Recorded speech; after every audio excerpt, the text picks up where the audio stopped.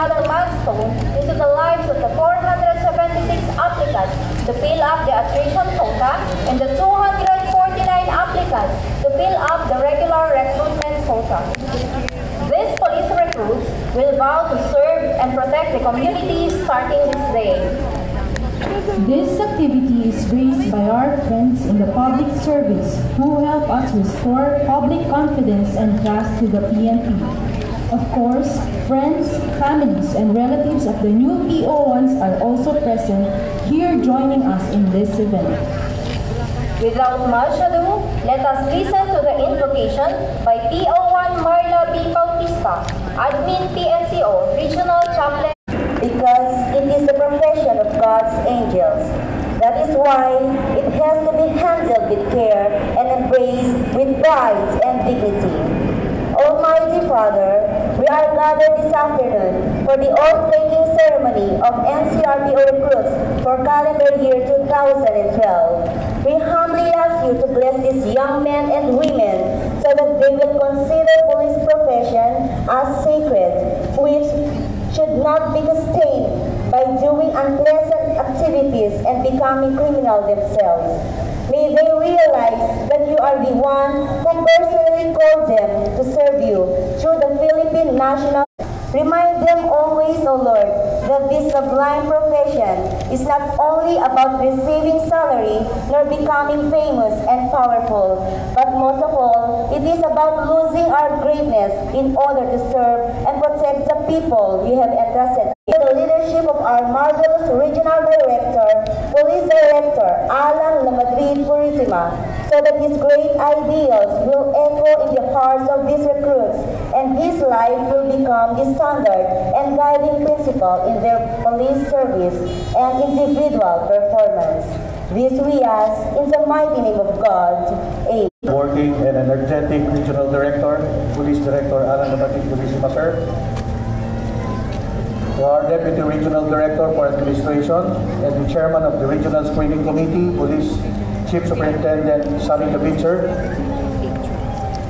To the two District Directors here present, the District Director of Eastern Police District, Police Chief Superintendent Mike Laurel, sir, and the Manila Police District, District Director Alex Gutierrez, sir, Police Chief Superintendent Alex Gutierrez, sir. To the members of the Regional Screening Committee, Attorney Gary Sigara of the Napolcom Sector, Centipede, Mr. Edwin. Together, we will witness the 524 male and 201 female recruits who will take their pledge, standing head high and proud as new members of the police organization. After several months of waiting and struggling, starting from the submission of requirements, processing of applications, up to the medical and interviews, your patience and dedication to be policemen and policewomen are worth the waiting and rewarding. Later, you will take your oath to be administered by no less than our Regional Director and abide with your duties and responsibilities. And we challenge you to internalize your oath. Make it a part of your system, start to love your profession, and heat up the passion to serve the people and our nation. This oath-taking ceremony shall signal the start of your police career. The time to show your individual performance starts today. To all here present, in behalf of the whole NCRPO,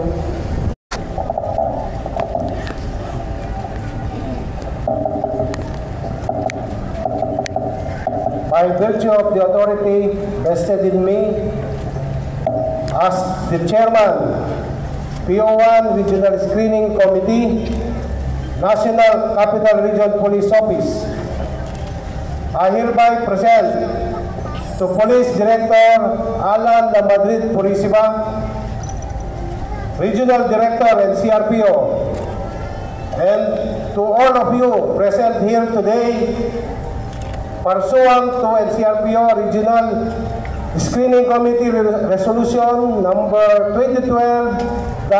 2012-14-15 dated June 25, 2012.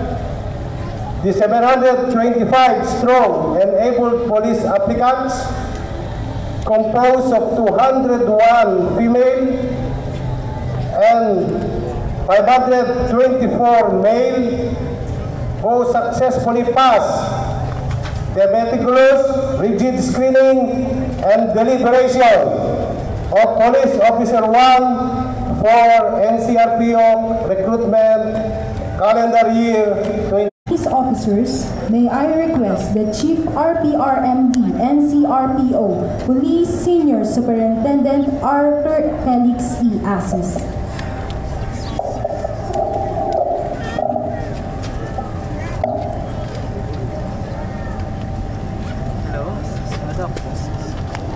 Appointment orders. Pursuant to General Orders number 1992 to 2032, Headquarters National Capital Region Police Office, dated July 2, 2012, and Regional Screening Committee Resolution number 2012-14 and 15, dated June 25, 2012, Mr. Michael Anjo Cortez Franco and 724 others are appointed into the PNP service as Police Officer 1 in temporary status with a monthly salary of 14,834 pesos effective July 2, 2012 by direction of Police Director Purisima, signed Arzad Panuelo Subong, Police Chief Superintendent, the Chief Regional Directorial Staff, Official Arthur Felix Castillo Asis, Police Senior Superintendent, Chief Regional Personnel and Records Management Division.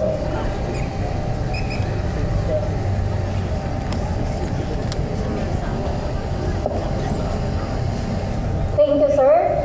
The oath-taking ceremony will be administered by the Regional Director, NCRPO, Police Director Alan Lamadrid Purisima to do the honor.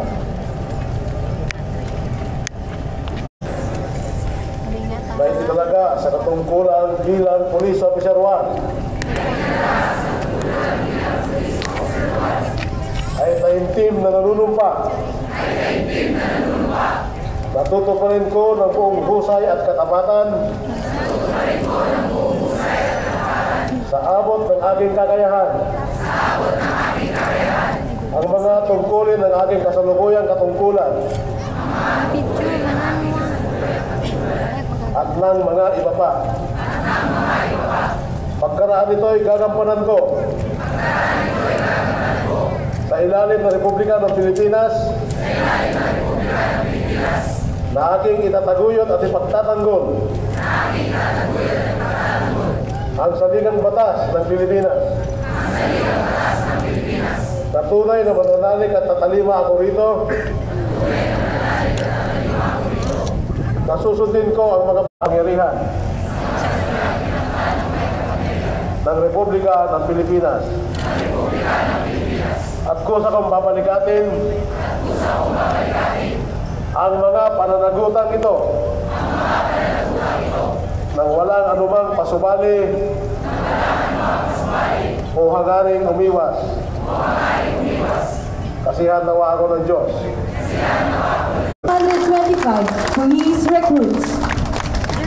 Moving on with the program, we will come now to the presentation of plaque of recognition to the members of the NCRPO PO1 Regional Screening Committee and representatives.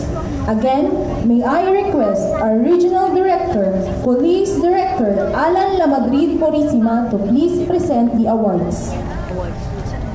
Citation reads, plaque of recognition is hereby presented to Dr. Yolanda S. Lira, Regional Director, NAPOLCOM NCR, represented by Attorney Gary Segarra, in recognition and appreciation for her time, effort, support, and dedication to the National Capital Region Police Office during PO1 recruitment program